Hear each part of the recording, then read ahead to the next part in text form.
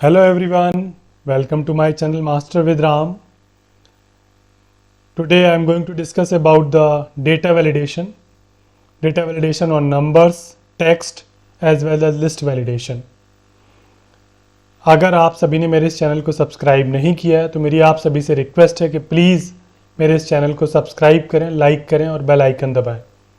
So let's start.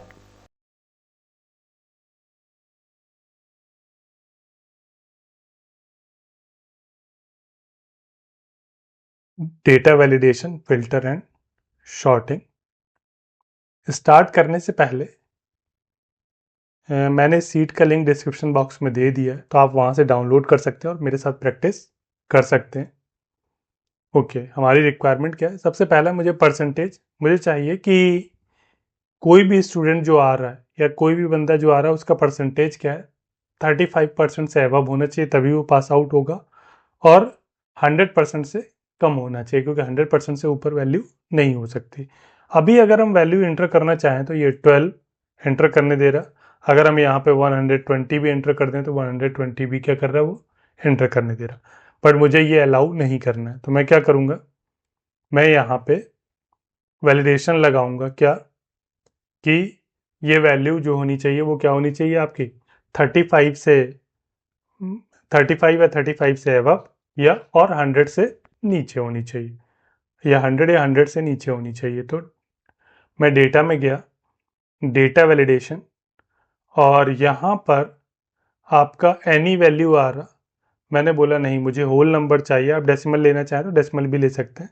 मुझे 35% या उससे ऊपर, 100% या 100% से नीचे. ठीक है, ये चाहिए वैल्यूज. और मैंने क्या कर दिया, ओके कर दिया. अब अगर यहाँ पे आप 12 एंटर करते हैं तो the value does not match the validation restriction defined for this cell. अभी कुछ भी मैसेज समझ नहीं आ रहा मुझे कि मैसेज क्या दे रखा है. मैंने कैंसिल किया. अब मैं यहाँ पे क्या करता हूँ, प्रॉपर मैसेज भी एक देना चाहता हूँ. तो मैंने यहाँ पर डेटा में क्लिक किया, डेटा वैलिडेशन में दोबारा से गया. मैं यहाँ पे इनपुट एरर अलर्ट प्रॉपर दे दे वो, और क्या बोले यहाँ पे कि data input error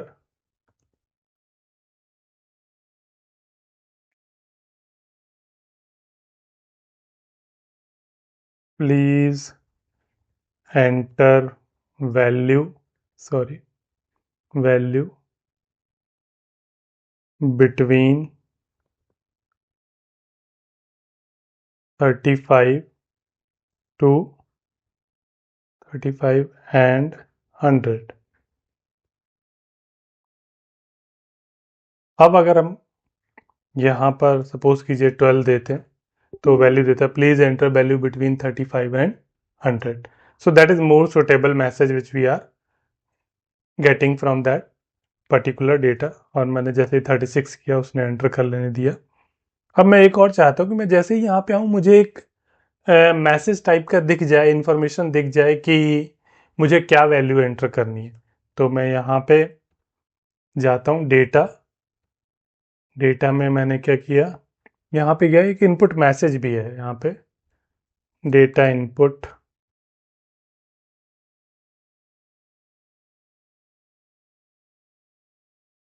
please enter value between 35 and 100. Okay कर दिया मैंने. तो अब अगर आप देखें यहाँ पे, तो जैसे ही मैं कर रहा हूँ तो मेरे को प्रॉपर मैसेज दे रहा है, तो बार बार गलती होने का चांस नहीं है. ठीक है. अब फिर भी अगर कोई बंदा मान लीजिए उसने वैल्यू 105 दे दिया, तो क्या कर देगा, यहाँ पे एरर मैसेज शो कर देगा कि retry please enter value between 35 and 100. Okay, मैंने यहाँ पे 100 दिया, ये 100 ले रहा, 95, 65 और 74 सपोज कीजिए, ये वैल्यूज़ दे दी. अब यूज़र नेम, मैं चाहता हूँ कि यूज़र नेम जो है वो 4 कैरेक्टर से बड़ा और 6 कैरेक्टर तक होना चाहिए. ठीक है. तो मैंने क्या किया, टेक्स्ट में भी आप क्या लगा सकते हैं, डेटा, सेटिंग्स में गए, यहाँ पे टेक्स्ट लेंथ आ रहा, ठीक है, यहाँ ऑलरेडी लगा हुआ था, मैं आप यहाँ पे जाएंगे, ठीक है, तो एनी वैल्यू की जगह टेक्स्ट लेंथ सेलेक्ट करेंगे, 4 to 6 मैंने ये अप्लाई कर दिया, और इनपुट मैसेज मैंने यहाँ पे सपोज कीजिए डाल दिया कि data input user name must be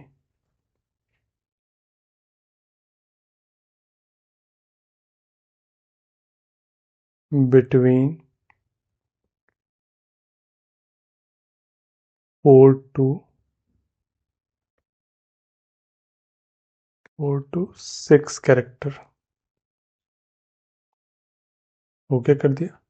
अब ये मैसेज देने लगा मुझे, मान लीजिए मैंने यहाँ पे दिया NEERAJ, नीरज, उसने एज यूजर नेम ले लिया, जैकि मैंने रेयांस पूरा दिया, तो क्या करने लगा, the value does not match the data validation restriction, तो 4 to 6 होना चाहिए।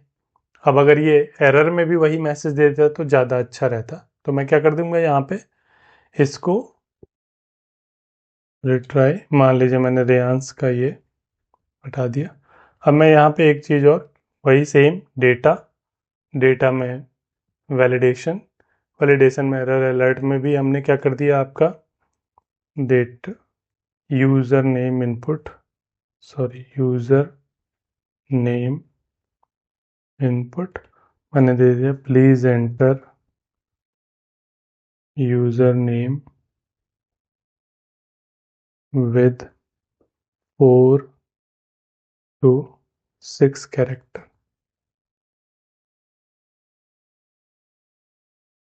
ठीक है।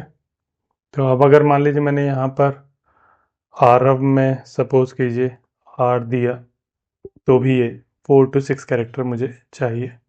तो जैसे ही मैंने AARAV दिया तो एंटर कर लिया उसने, प्रीसा और अनाया, ठीक है। अब नेक्स्ट मैंने क्या बोला, कोर्स, मान लीजिए मैंने बोल दिया यहाँ पे B.B.A, फिर BBA लिख दिया, फिर B.C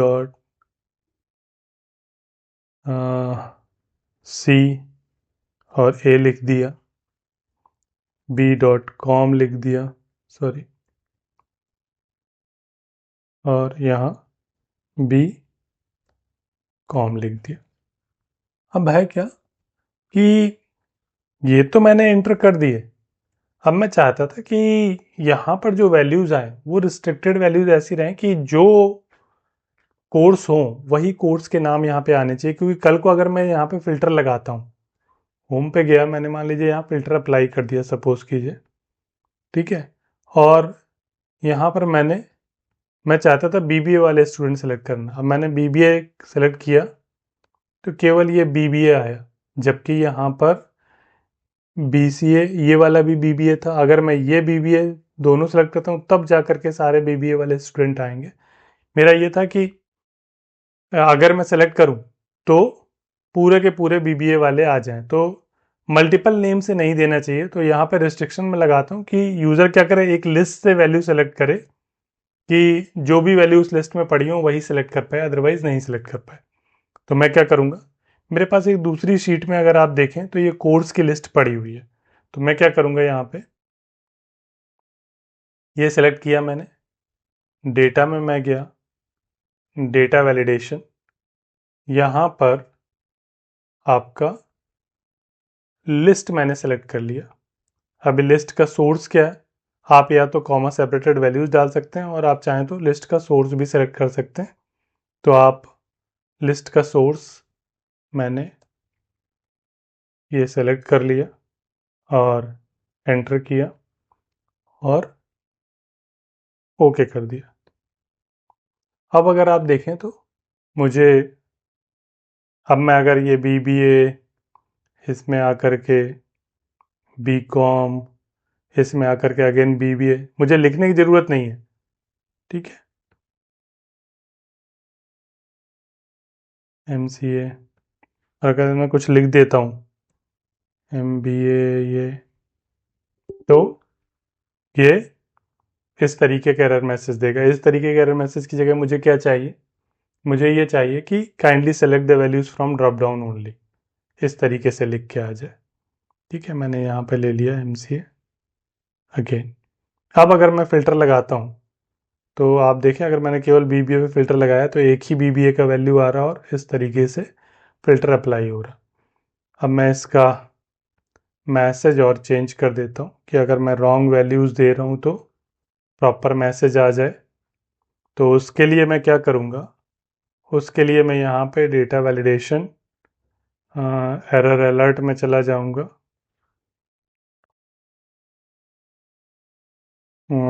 data input kindly select values from values from drop down only.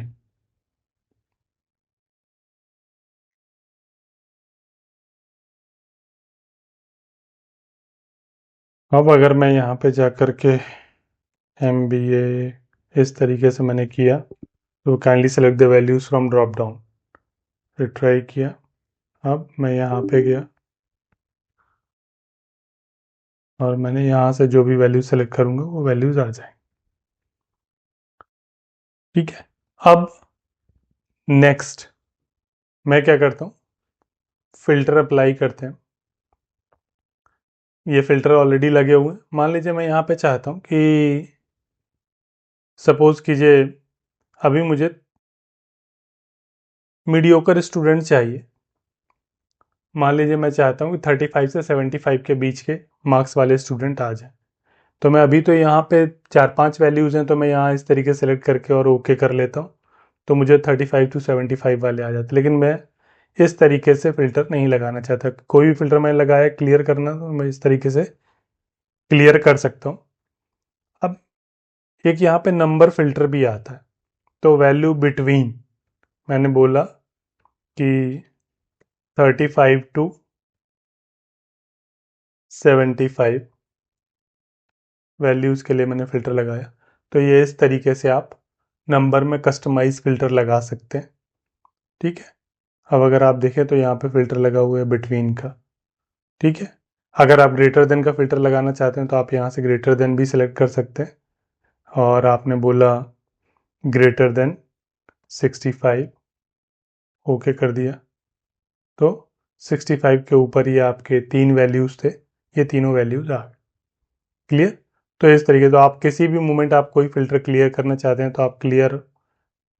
और आपने एक चीज़ अगर देखी होगी कि जिस किसी भी कॉलम पे फ़िल्टर लगा हुआ होता है, उस कॉलम पे आप ये देखें तो वैल्यूज़ आ जाते, ये फ़िल्टर का ऑप्शन बन के आ जाता है। इसका मतलब इस कॉलम पे फ़िल्टर लगा हुआ है, तो आप उस कॉलम को सेलेक्ट करके फ़िल्टर हटा के देख सकते हैं टोटल डेटा कितना है, ठीक है। नेक्स्ट जो हमें करना है सॉर्टिंग। तो सॉर्टिंग अगर टेक्स्ट पे हमें अप्लाई करनी है तो हम इस तरीके से टेक्स्ट पे होम पे गए, यहाँ एक ऑप्शन आता है शॉर्टिंग का, और एज वेल एज ये डेटा पे भी ऑप्शन आता है ये शॉर्ट का, ठीक है। कहीं से भी आप कर सकते हैं, जनरली होम टैब ज़्यादा यूज़ होता है, तो हम होम पे जाते हैं और मान लीजिए मैंने A to Z शॉर्टिंग कर दिया। तो ये बोला एक्सपांड सिलेक्शन, तो यस बोला मैंने, क्योंकि मार्क्स मुझे उसी के मार्क्स रिस्पेक्ट में चाहिए। आपका यूज़र नेम भी देखो आरव का आरव में आ गया, आरव BBA में था तो BBA में आ गया, क्लियर। अब मैं चाहता हूँ कि अब ये तो आपने देखा कि टेक्स्ट वाइज कैसे सॉर्ट करते हैं। नेक्स्ट हमारा जो शॉर्टिंग है वो किस तरीके का है कि आप स्मॉलेस्ट टू लार्जेस्ट, ये नंबर पे अप्लाई होता है। तो लार्जेस्ट टू स्मॉलेस्ट अगर आपने किया तो आपका क्या होगा, जो सबसे टॉप बंदा होगा परसेंट का स्कोरर, वो क्या हो जाएगा, आपका टॉप पे आ जाएगा, बाकी सारे लोग उससे नीचे आते जाएंगे। तो अब अगर आप देखें सबसे टॉप रैंकर सबसे टॉप पे आ रहा, बाकी सारे ये नीचे आ रहे हैं। तो इस तरीके से आप सॉर्टिंग अप्लाई कर सकते हैं। अभी किस पे सॉर्टिंग अप्लाइड है वो ये दिख रहा है हमारा, ठीक है। अब अगर आप यहाँ से जाएं और तो आपको सॉर्टिंग दिखेगा, ये सॉर्टिंग अप्लाई हो रखी है यहाँ पे। आप चाहें तो यहाँ पे। Thank you everyone for watching my video till and.